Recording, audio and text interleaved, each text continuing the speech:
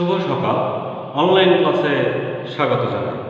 আশা করি তোমরা ভালো আছো, আমিও ভালো আছি। আমি প্রশান্ত কুমার বাছাড়, প্রভাষক বাংলা, চিত্রা মহিলা ডিগ্রি কলেজ, তেরোপাতা খুলনা। আজকে তোমাদের আমি একাদশ শ্রেণীর বাংলা প্রথম পত্রের গদ্য অংশ থেকে একটি প্রবন্ধ তোমাদেরকে আমি পড়ব। ওগো নারী, শ্রেষ্ঠ তুমি অবনীত, গোলাপে গঠিত যেন ভেতর বাহির। মাঝে মাঝে সবিস্ময়ে তাই মনে হয় তুমি তো গোলাপ ছাড়া অন্য কিছু নয়। হ্যাঁ, আসলে নারীর দুঃখ দুর্দশার চিত্র খুব কম লেখকই কিন্তু তুলে ধরেছেন তাদের লেখনীর মধ্যে। আজকে তোমাদের যে বিষয়টি পড়াবো নিশ্চয়ই বুঝতে পারছো যে কোন বিষয়টি তোমাদেরকে আমি পড়াবো, এবং নারীর দুঃখ দুর্দশার যে কথাটি বলেছি, যে চিত্রের কথা বলেছি, তাহলে নিশ্চয়ই বুঝতে পারছো যে আমি তোমাদের একাদশ শ্রেণীর এই তোমাদের বাংলা পাঠ্য বইয়ের গদ্য অংশের কোন প্রবন্ধের কথা বলছি। হ্যাঁ, অবশ্যই আমি গৃহ প্রবন্ধের কথা বলছি। আজকে তোমাদের আমি গৃহ প্রবন্ধের পড়াবো। তবে আজকের ক্লাসে এই গৃহ প্রবন্ধটির লেখক যিনি লিখেছেন তার পরিচিতি, এরপরে শিখন পর, অর্থাৎ এই গৃহ প্রবন্ধটি পড়ে তোমরা কি জানতে পারবে, কি বুঝতে পারবে, কি অনুধাবন করতে পারবে, ব্যাখ্যা করতে পারবে, এইসব বিষয়ে ধারণা দেওয়ার জন্য শিখন ফল সেটি তোমাদেরকে আমি পড়াবো। নিশ্চয়ই তোমরা মনোযোগ সহকারে শুনবে আর মনে রাখবে যে তোমাদের বাংলা কিন্তু একটি গুরুত্বপূর্ণ সাবজেক্ট, এটি মনে রাখো। শুধু আজকের দিনের জন্য নয়, তোমাদের এই একাডেমিক্যাল সার্টিফিকেট অর্জনের জন্য নয়, এটি মনে রাখবে যে তোমাদের বিভিন্ন প্রতিযোগিতামূলক পরীক্ষা, অর্থাৎ যেটি আমি বলতে চাইছি যে চাকরি, বিশেষ করে চাকরি পরীক্ষা বা অন্যান্য যেসব প্রতিযোগিতামূলক পরীক্ষা রয়েছে, সকল জায়গায় কিন্তু বাংলা থেকে প্রশ্ন আসে, বাংলা প্রথম পত্র এবং দ্বিতীয় পত্র। এবং প্রথম পত্রের যে প্রবন্ধ রয়েছে, যে গল্পগুলো রয়েছে, এগুলো কিন্তু খুব ভালো করে পড়তে হবে। কবিতাগুলো রয়েছে, সবগুলোই কিন্তু ভালো করে পড়তে হবে। খুঁটিনাটি সমস্ত বিষয় এখান থেকে কিন্তু বহু নির্বাচনী প্রশ্ন আসে, চাকরি বাকরি পরীক্ষাতে আসে, বিভিন্ন প্রতিযোগিতামূলক পরীক্ষাতে প্রশ্ন আসে। আমি চেষ্টা করব সেদিকে দৃষ্টি তোমাদের দেওয়ার জন্য এবং সেই বিষয়গুলোকে তোমাদের মনে করে দেওয়ার জন্য। তো আজকে যেহেতু লেখক পরিচিতি, সেই লেখক পরিচিতি যাও। দেখো, সরাসরি বলে যাচ্ছে আমরা গৃহ রোকেয়া সাখাওয়াত হোসেন। মনে রাখবে যে যিনি এই প্রবন্ধটি লিখেছেন, অর্থাৎ লেখকের নামটি শুদ্ধভাবে কিন্তু পরিষ্কারভাবে কিন্তু লিখতে হবে, মনে রাখতে হবে। তো গৃহ লিখেছেন রোকেয়া সাখাওয়াত হোসেন, প্রবন্ধকার রোকেয়া সাখাওয়াত হোসেন। প্রকৃত নাম হচ্ছে, দেখো এই একটি প্রশ্ন কিন্তু খুব গুরুত্বপূর্ণ একটি প্রশ্ন যে রোকেয়া সাখাওয়াত হোসেনের প্রকৃত নাম কি। অনেকেই কিন্তু বলতে পারে না, তা জিজ্ঞাসা করলেই কিন্তু বলে দেয় যে বেগম রোকেয়া সাখাওয়াত হোসেন। দেখো এই আরেকটি জায়গায় কিন্তু ভুলটাও কিন্তু আমি উচ্চারণ করলাম এই কারণে যে ভুলটা সংশোধন করানোর জন্য, এই ভুলটা যাতে দ্বিতীয়বার তোমাদের কারণ না হয়। বেগম রোকেয়া সাখাওয়াত হোসেন অনেকের কাছে আমি বলতে শুনেছি। শ্রেণীকক্ষে পাঠদানের সময়ও কিন্তু অনেক স্টুডেন্টের কাছ থেকে কিন্তু, শিক্ষার্থীদের কাছ থেকে কিন্তু আমি এটি শুনেছি যে তারা বেগম রোকেয়া বলতে। আসলে বেগম শব্দটি কোথাও তিনি ব্যবহার করেননি। এই জন্য প্রথম যেটি বলছি রোকেয়া সাখাওয়াত হোসেন, এটি মনে রাখতে হবে। আর প্রকৃত নাম যেটি বলছিলাম সেটি হচ্ছে রোকেয়া খাতুন। প্রকৃত নাম রোকেয়া খাতুন। জন্ম লক্ষ্য করো 9 ডিসেম্বর 1880 খ্রিস্টাব্দ জন্ম। এরপরে জন্মস্থান পায়রাবন, মিঠাপুকুর, রংপুর। পায়রাবন, মিঠাপুকুর, রংপুর, এটা মনে রাখতে হবে। এরপরে পিতা জহিরুদ্দিন আবু আলী হায়দার সাবের, এসব নামগুলো মনে রাখতে হবে। মাতা রাহাতুন্নেসা চৌধুরী। শিক্ষা জীবনে শুধু কিন্তু আমি বলে লিখে দিচ্ছি পারিবারিক, আসলে একাডেমিক্যাল শিক্ষা তিনি কিন্তু অর্জন করতে পারেননি। নিশ্চয়ই তোমরা জানো, যারা রোকেয়া সাখাওয়াত হোসেনের লেখা পড়েছ এই উচ্চ মাধ্যমিক স্তরে নয়, তার বিভিন্ন লেখার বই রয়েছে, সারা জাগানো কিছু প্রবন্ধ রয়েছে, গ্রন্থ রয়েছে, যেমন অবরোধবাসিনী, মতিচুর, উপন্যাস রয়েছে, এগুলো যাবো আছে লেখা। তো যারা এইসব বইগুলো পড়েছে তারা নিশ্চয়ই জানো তৎকালীন সময়ে, অর্থাৎ তৎকালীন সমাজ ব্যবস্থায় যে নারীদের শিক্ষালাভ করাটা কত কঠিন ছিল, অর্থাৎ কোনো সুযোগ, কঠিন নয় বলবো, কোনো সুযোগই ছিল না। অর্থাৎ ঘরের বাইরে বেরিয়ে কোনো শিক্ষা প্রতিষ্ঠানে যে শিক্ষা লাভ করা, শিক্ষা গ্রহণ করা কোনো সুযোগই ছিল না। এমন একটি ভয়াবহ পরিস্থিতির মধ্য দিয়ে রোকেয়া সাখাওয়াত হোসেন তিনি নিজেকে গড়ে তুলেছেন একজন মানে পৃথিবীর মধ্যে অন্যতম, অর্থাৎ নারী জাগরণের অগ্রদূত হিসেবে তিনি প্রতিষ্ঠিত করতে পেরেছেন।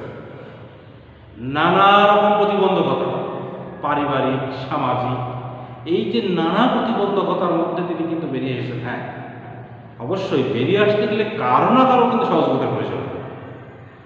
তখনকার সমাজ ব্যবস্থাই ছিল নারীদের কোনো শিক্ষা লাভ করা যাবে না, ঘরের বাইরে যাওয়া যাবে না, ঘরের মধ্যে থাকতে হবে, পর্দার মধ্যে থাকতে হবে। তো এই অবস্থায় একজন নারীকে বেরিয়ে এসে শিক্ষালাভ গ্রহণ করা, সমাজের জন্য, সেই নারীদের জন্য কিছু করা, নিশ্চয়ই এটি খুব মানে সাহসের প্রয়োজন, খুব মনোবলের প্রয়োজন, সম্ভব নয়। রোকেয়া সাখাওয়াত হোসেন সেটি কিন্তু করেছিলেন। তবে হ্যাঁ, যেটি বলছিলাম যে কারো না কারো সহযোগিতা ছাড়া কিন্তু সম্ভব নয়। পরিবারের মধ্য থেকে অবশ্যই রোকেয়া সাখাওয়াত হোসেন সহযোগিতা পেয়েছিলেন, বড় ভাই, বড় বোন, আর অল্প বয়সে তার বিয়ে হয়েছিল, কিন্তু সেই স্বামী তাকে কিন্তু সহযোগিতা করেছিলেন। তার প্রতিভা, তার বিস্ময়কর প্রতিভা দেখে কিন্তু লেখাপড়া সহযোগিতা করেছিলেন। তবে সেই সহযোগিতাটা কিন্তু ওই পরিবারের মধ্যেই ছিল। স্বামীর কাছ থেকে উর্দু শিক্ষা, ইংরেজি শিক্ষা, ভাই বোনের কাছ থেকে বাংলা শিক্ষা। আর তখনকার সময় হচ্ছে তোমরা যারা বাংলা শেখার কিন্তু সুযোগ ছিল না, জানতে হবে, কিন্তু পড়তে হবে। শুধু এই গৃহটি আছে, গৃহটি পড়লেই কিন্তু জানা হবে না। রোকেয়া সাখাওয়াত হোসেনের যেসব গ্রন্থগুলোর আমি নাম বললাম, বইগুলোর নাম বললাম, এইগুলো পড়তে হবে, সংগ্রহ করে পড়তে হবে। বইয়ের বিকল্প কিছু নেই, আর জানতে হলে পড়তে হবে। আর একটা ক্লাসে আমি তোমাদের কতটুকুই বা দিতে পারবো সেটিও সম্ভব নয়, যেহেতু আমার পাঠ কিন্তু নির্ধারণ করাই আছে গৃহ, এর মধ্য থেকেই কিন্তু আলোচনাটা করতে হয়। তারপরও এর মধ্য থেকে আলোচনা করতে গেলে রোকেয়ার বিশেষ বিশেষ যেসব তার সাহিত্যকর্ম রয়েছে সেগুলো তো আমি বলবই। তো এই বিষয়ে তোমরা পড়বে, যেটি বলছিলাম যে এইসব সহযোগিতায় তিনি কিন্তু পারিবারিকভাবে শিক্ষালাভ করেছিলেন, এর বাইরে যেতে পারেননি। এরপর দেখো কর্মজীবন। প্রথম জীবনে কর্মজীবনের প্রথম জীবনে তিনি ছিলেন গৃহিণী, পরে শিক্ষাক্ষেত্রে জীবন অনুসরণ। প্রথম জীবনে তিনি কিন্তু গৃহিণী ছিলেন, তারপরে তার স্বামীর মৃত্যু হলে তিনি কিন্তু সমাজসেবামূলক কর্মকাণ্ডে জড়িয়ে পড়লেন। বিশেষ করে নারীদের শিক্ষার ক্ষেত্রে অগ্রণী ভূমিকা পালন করেছিলেন। পায়ে হেঁটে হেঁটে বাড়িতে বাড়িতে যেয়ে এই ছাত্রী সংগ্রহ করে তিনি স্কুল প্রতিষ্ঠা করেছেন এবং তাদেরকে সেই শিক্ষার আলো ছড়িয়ে দিয়েছেন, গ্রাম থেকে গ্রামান্তরে আলো ছড়িয়ে দিয়েছেন। নিচে অনুভব করতে পারো যে একজন নারী তৎকালীন যে সমাজ ব্যবস্থা, সেই ব্যবস্থাই কিন্তু ছিল নারীদের কোনো লেখাপড়ার বাইরে যাওয়ার কোনো সুযোগই ছিল না। তো এই পর্যায়ে একজন নারী হয়ে প্রতিবাদ করে সেই নারীদেরকে শিক্ষার মধ্যে নিয়ে এলেন। অবশ্যই বাংলা সাহিত্যের আকাশে সারা জীবন যতদিন পৃথিবী থাকবে ততদিন রোকেয়া সাখাওয়াত হোসেনের নাম স্বর্ণাক্ষরে লেখা থাকবে, আমরাও মনে রাখবো। হ্যাঁ, এই জন্য এই নারী জাগরণের অগ্রদূত রোকেয়া সাখাওয়াত হোসেনকে বলা হয়। এরপর দেখো সাহিত্যকর্ম, যেটি বলছিলাম আগে বলেছি, সাহিত্যকর্ম দেখো অবরোধবাসিনী, মতিচুর ইত্যাদি গদ্য গ্রন্থ। অবরোধবাসিনী, মতিচুর পড়বে, সুযোগ পেলে পড়বে, যে নারীরা কীভাবে বন্দী ছিল, কীভাবে পুরুষ শাসিত সমাজে তাদেরকে বন্দী করে রাখা হয়েছিল এবং তৎকালীন নারীদের অবস্থাটা কেমন ছিল, এটি সব ওই অবরোধবাসিনী, মতিচুর ওই সব গ্রন্থে কিন্তু ছোটো ছোটো খণ্ডাংশে গল্প আকারে কিন্তু লেখা রয়েছে, পড়বে। এরপরে দেখো সুলতানের স্বপ্ন পত্রা, এই দুটি তার উপন্যাস, একটু পড়ার চেষ্টা করবে। এরপর তার জীবনাবসান ঘটে, অর্থাৎ তার এই সাহিত্য জীবনের ইতি ঘটে, তার সমাজ সেবামূলক কর্মকাণ্ডের ইতি ঘটে, তার শিক্ষার আলো জ্বালানোর ইতি ঘটে এই 1932 সালের 9 ডিসেম্বর। তাহলে যে জন্ম ছিল 1880, জীবনাবসান হল 1932, অর্থাৎ নারী জীবনের অগ্রদূতকে আমরা পেলাম। পৃথিবী সাহিত্য জগৎ থেকে হারিয়ে গেল রোকেয়া সাখাওয়াত হোসেন। আরেকটি আশ্চর্য বিষয় মনে রাখতে হবে, দেখো জন্ম আর মৃত্যু তারিখটি 9 ডিসেম্বর, জন্ম মৃত্যু তারিখটি কিন্তু 9 ডিসেম্বর, একই তারিখ। এটি মনে রাখা যায় খুব সহজে। এই হচ্ছে তার জন্ম পরিচয়, অর্থাৎ রোকেয়া সাখাওয়াত হোসেনের পরিচয়, সংক্ষিপ্ত পরিচয়। এরপরে এই গৃহ প্রবন্ধটি পড়ে আমরা কি শিখতে পারবো, কি জানতে পারবো, এ বিষয়ে কি বুঝতে পারবো, কি বিশ্লেষণ করা যাবে, এই বিষয়গুলো শিখনফল। সেই শিখনফলে আমি যাব। শিখনফল দেখো, 1 নম্বর শিখনফলে আমি রেখেছি বাঙালি সমাজে নারীর অবস্থান সম্পর্কে জানতে পারবে। বাঙালি সমাজে নারীর অবস্থান সম্পর্কে জানতে পারবে। তাহলে বাঙালি সমাজের তৎকালীন বাঙালি যে সমাজ ছিল, সেই সমাজের নারীর অবস্থানটি নিশ্চয়ই তোমরা যারা পড়েছ, রোকেয়ার অন্যান্য গল্প গ্রন্থ বা গদ্য গ্রন্থ পড়েছ, তারা নিশ্চয়ই জানো যে নারীর অবস্থা কেমন ছিল। নারীর অবস্থা অর্থাৎ পুরুষ শাসিত সমাজে নারীর অবস্থা, এই গৃহে, এই গৃহ যে প্রবন্ধটি, এই প্রবন্ধের মধ্যে কিন্তু এখানে রোকেয়া উল্লেখ করে গিয়েছেন, তিনি একবার বেড়াতে গিয়েছেন, এক বন্ধুর আত্মীয়ের বন্ধুর বাড়িতে বেড়াতে গিয়েছেন। সেখানে যে নারীর অবস্থানটা তিনি লক্ষ্য করেছেন এবং দেখে কিন্তু বিস্মিত হয়েছেন। সেই সব সেখানে যে কয়েকজন নারীর সাথে কথা বলেছেন, কথা বলার পর তাদের দুঃখ দুর্দশা কথাগুলো শুনেছেন। তারা বলেছেন যে তাদেরকে বাইরে তারা কখনো যায়নি, কোনো যানবাহনে তারা কখনো ওঠেনি, এই মধ্যেই তাদের অবস্থা। এইসব বিষয়ে তাদেরকে পরবর্তী সময়ে সেখান থেকে রোকেয়া তাদেরকে আহ্বান করেছে যে তাদের রোকেয়ার বাড়িতে আসার জন্য, কিন্তু তখনই বলেছে এটি সম্ভব নয়। তারা মনে করে এটি তাদের গৌরব, এটি তাদের বংশ আভিজাত্য, এভাবেই চলে আসছে যুগ যুগ ধরে, সেটি তারা মনে করে। তো এই বিষয়টি কিন্তু উল্লেখ করেছে। তাহলে যেটি বলছিলাম বাঙালির সঙ্গে নারীর অবস্থান সম্পর্কে জানতে পারবে। তাহলে নারীর অবস্থান শব্দটি কিন্তু এখানে রয়েছে। বাঙালির সমাজে নারীর অবস্থান কী ছিল? নিশ্চয়ই বলা যায় যে আসলে নারীর অবস্থানটা, যে পুরুষ শাসিত সমাজ ব্যবস্থা, আসলে নারীর কোনো ঘর নেই, নারীর কোনো ঘর নেই। যে ঘরে তার বসবাস, সেই ঘরের মধ্যেও তার স্বাধীনতা নেই। একজন পুরুষ এই গৃহ প্রবন্ধের মধ্যেই কিন্তু রোকেয়া সাখাওয়াত হোসেন বলে গিয়েছেন যে নারী থাকবে গৃহের মধ্যে, গৃহের কাজকর্ম, গৃহস্থ কাজকর্ম, গৃহ সম্পর্কিত যে কাজ, গৃহস্থলী সম্পর্কিত যে কাজ, সেগুলোই নারী করবে। আর বাইরের জগতে থাকবে পুরুষ। তাহলে বাইরের কাজ এবং বাইরের জগৎ ঘুরে বেড়াবে কিন্তু পুরুষ, আর নারী থাকবে গৃহের মধ্যে বন্দী। তবে হ্যাঁ, রোকেয়ার আরও একটি প্রবন্ধ রয়েছে, তোমরা নিশ্চয়ই নাম শুনে থাকতে পারো, অর্ধাঙ্গী। সে অর্ধাঙ্গীর মধ্যে কিন্তু রোকেয়া সাখাওয়াত হোসেন বলে গিয়েছেন যে তাই বলে জীবনটাকে শুধু রান্নাঘরের মধ্যে সীমাবদ্ধ রাখা উচিত নয়। হ্যাঁ, তাহলে বলছে যে হ্যাঁ, নারী পুরুষ শাসিত সমাজ, পুরুষ নারীকে বন্দি করে রেখে দিয়েছে, যাওয়ার সুযোগ নেই। কিন্তু আমি যদি মেনে নেই, আমি যদি মনে করি যে এটাই আমার কর্ম, এটাই আমার কাজ, তাহলে কিন্তু সেখান থেকে বেরিয়ে আসা সম্ভব হবে না। সবসময় যদি আমি মনে করি রান্না বান্না, সন্তান লালন পালন করা, এগুলোই আমার কর্তব্য, সংসার দেখাশোনা এগুলোই আমার কাজ, এর বাইরে আমার কোনো কাজ নেই, তাহলে কিন্তু এখান থেকে বেরিয়ে আসা যাবে না। অর্থাৎ মানসিকতা যেটা আমি বলতে চাইছি, এই মানসিকতা থেকে কিন্তু বেরিয়ে আসতে হবে। রোকেয়া কিন্তু সেখানে স্পষ্ট করে বলে গিয়েছেন। তো গৃহ যে প্রবন্ধটি আমরা করছি, এই গৃহের মধ্যে আসলে রোকেয়া দেখাতে চেয়েছে যে নারী পুরুষ মনে করে নারীর জন্য তার এই গৃহে তাই সর্বোত্তম, আর পুরুষ বাইরেই থাকবে, বাইরের জগৎ নিয়েই একটা সম্পর্ক। তাহলে বাঙালি সমাজে নারীর অবস্থা সম্পর্কে জানতে পারবে এটি।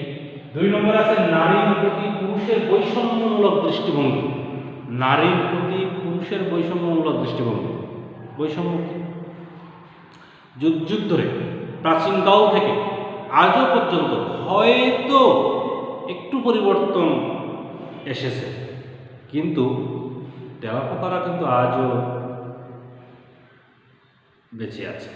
অর্থাৎ অতিকায় হস্তি লোপ পেয়ে আছে বটে, কিন্তু তেলাপোকারা আজও বেঁচে আছে। এটিও কিন্তু রোকেয়া শাখাত হোসেনের একটি উক্তি, ওই অর্ধাঙ্গিক প্রবন্ধের।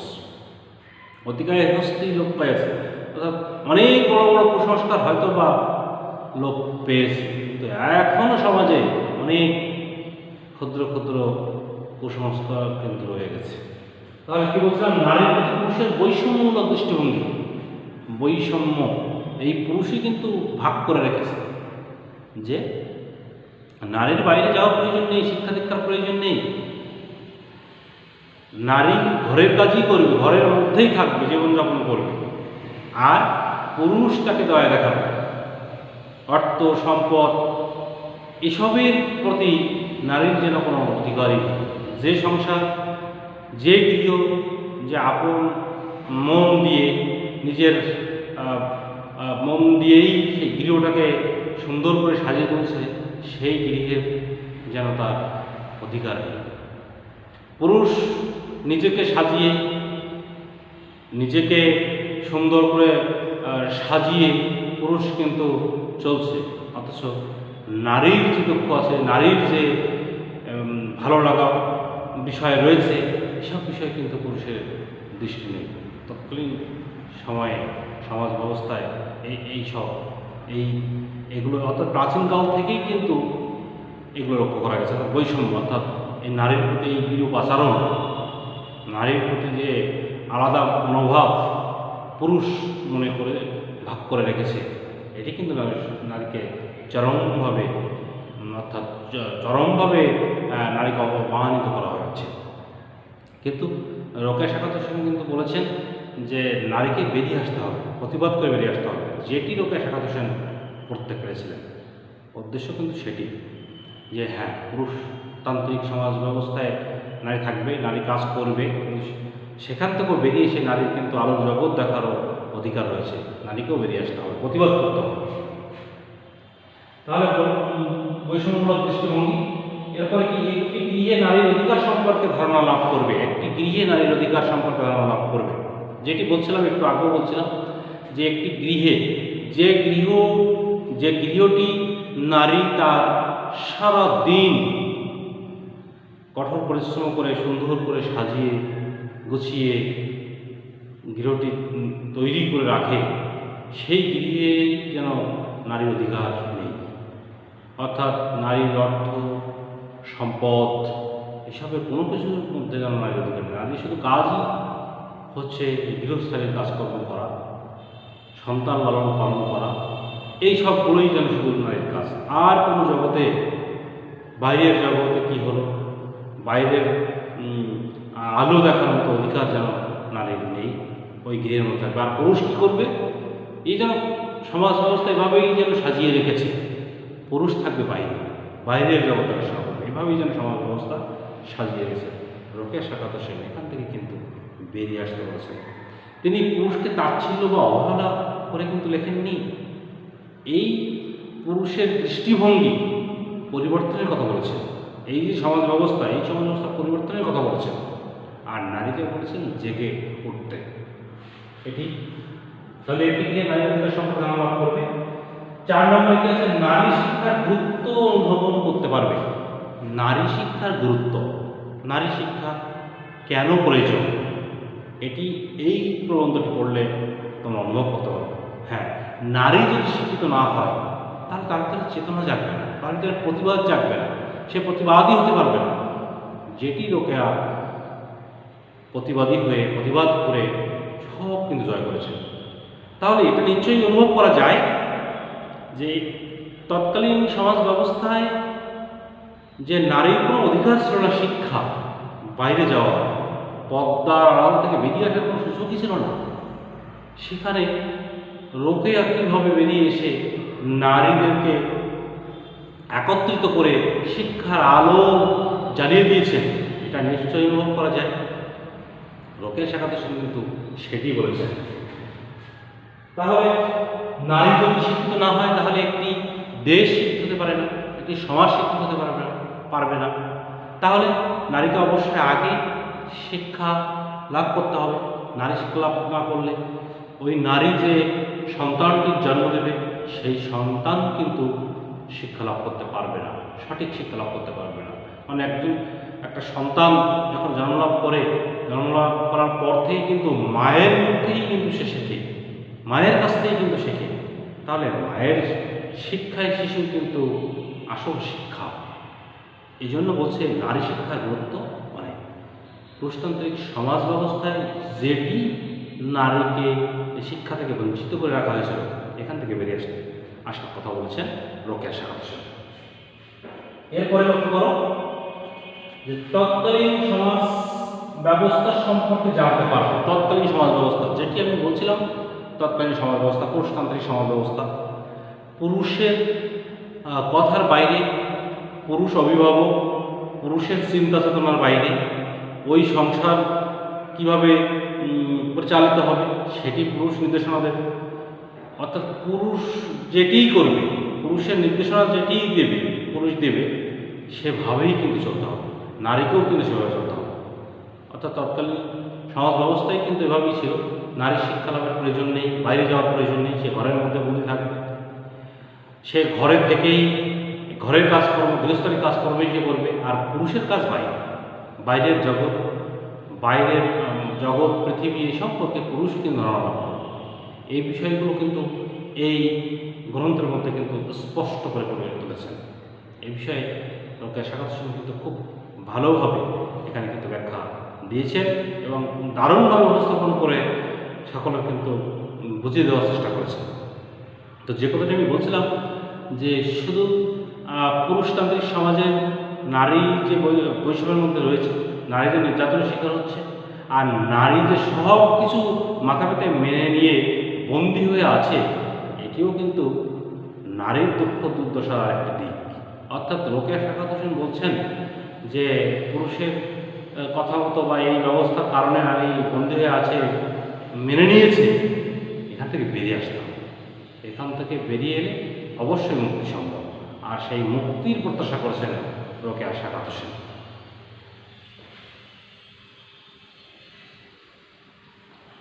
তাহলে আমি আজকের অনলাইন ক্লাস বিদায় নিচ্ছি। তো বিদায় নেওয়ার আগে একটু স্মরণ করে দিচ্ছি শুরু থেকে শেষ পর্যন্ত আজকে কী আলোচনা করব। তার আগে তোমাদের কিছু বাড়ির কাজ দিচ্ছি, বাড়িতে তোমরা কিছু কাজ করবে, পড়া দিচ্ছি। সেটি হচ্ছে এই গৃহ প্রবন্ধটি যে শিকন ফলগুলো আমি আলোচনা করলাম, লেখিকা যিনি এটি লিখেছেন রোকেয়া শাখাত হোসেন, তার সম্পর্কে যে পরিচয়টি দিলাম, অর্থাৎ পরিচিতি যেটি, এসব বিষয়ে তোমরা নিশ্চয়ই ভিডিওটি দেখে তোমরা অনুভব করতে পারবে। আর বাড়িতে প্রত্যেকের বই রয়েছে, সেগুলো পড়বে, আরও ভালো করে পড়বে। তো এর মধ্যে থেকে তোমাদের বাড়ির যে কাজ সেটি হচ্ছে যে এই গৃহ প্রবন্ধটি পড়ে আমরা কি শিক্ষা লাভ করতে পারলাম, এই বিষয়টি তোমরা ঝটপট বাড়িতে কিন্তু লিখে ফেলবে। এটি হচ্ছে তোমাদের বাড়ির কাজ। আর একটু পেছনে ফিরে যাচ্ছি, শুরুতে আমরা কী করেছিলাম দেখো, লক্ষ্য করো। প্রথমে আমরা বলেছিলাম যে আজকে যেটি পড়াবো সেটি হচ্ছে গৃহ। তোমাদের একাদশ শ্রেণী রোকেয়া শাখাত হোসেন প্রকৃত নামের কথা বলেছিলাম, এটি গুরুত্ব দিয়েছিলাম যে রোকেয়া শাখাত হোসেনের প্রকৃত নাম রোকেয়া খাতুন। এরপরে বলেছিলাম একটি কথা যে রোকেয়া শাখাত হোসেন লিখতে গিয়ে অনেকে বেগম রোকেয়া শাখাত হোসেন কিন্তু বলে থাকে, লিখে থাকে, এই বিষয়টি লক্ষ্য রেখো। এরপরে গ্রাম, জন্মস্থানের কথা বলেছিলাম, জন্মস্থান কোথায়, জন্ম সালের কথা, তারিখের কথা বলেছিলাম। পিতা মাতা কথা বলেছিলাম, তখন পিতা জহিরুদ্দিন আকবরী হায়দার সাহেব, মাতা রাহাতুল চৌধুরী। শিক্ষা জীবন, পারিবারিক জীবন, এই শিক্ষা জীবন পারিবারিক জীবনের কথা বলতে যে কিন্তু তার স্বামীর কথা বলেছিলাম, বড় ভাই বোনের কথা বলেছিলাম, একাডেমিক্যাল শিক্ষা তিনি অর্জন করতে পারেননি, কিন্তু তাদের সহযোগিতা, যেটি বলছিলাম যে এত প্রতিবন্ধকতা, নানা প্রতিবন্ধকতা, এই নানা প্রতিবন্ধকতার মধ্য দিয়ে উঠে আসতে গেলে কিন্তু কারো না কারো সহযোগিতার প্রয়োজন হয়। আড়ালে কেউ না কেউ সহযোগিতা না করলে উঠে আসা সম্ভব হয় না।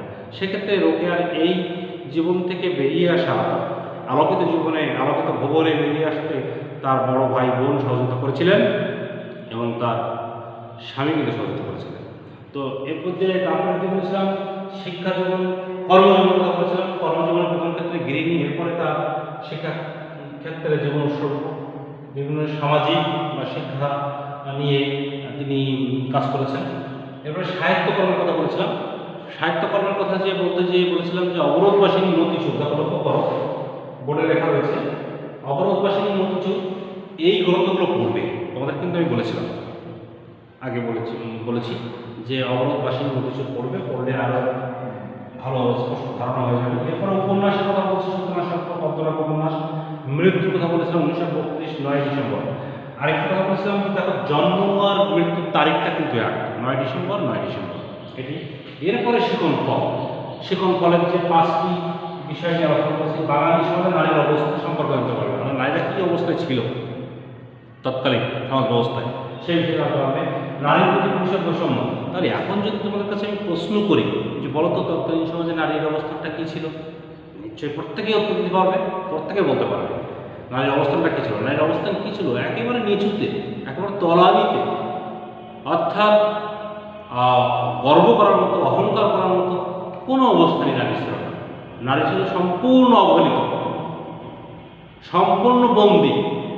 যেহেতু গৃহ প্রবন্ধ, এই গৃহ মানে ঘরের মধ্যেই বন্দী থাকতে হতো নারীদেরকে। এই বিষয়ে তারপর একটি গৃহে নারীর অধিকার সম্পর্কে ধারণা করতে পারবে, নারী শিক্ষার গুরুত্ব অনুধাবন করতে পারবে, তৎকালীন সংরক্ষণ সম্পর্কে জানতে পারবে। এইসব বিষয় নিয়ে কিন্তু আমি আলোচনা করেছি। মোটামুটি তোমরা যারা ভিডিওটি দেখবে, মনোযোগ সহকারে দেখবে, মনে রাখার চেষ্টা করবে। এখান থেকে অনেক প্রশ্ন কিন্তু বিভিন্ন প্রতিযোগিতামূলক পরীক্ষা বা অন্যান্য পরীক্ষার জন্য আসতে পারে, একাডেমিক্যাল পরীক্ষা তো আসতেও পারে।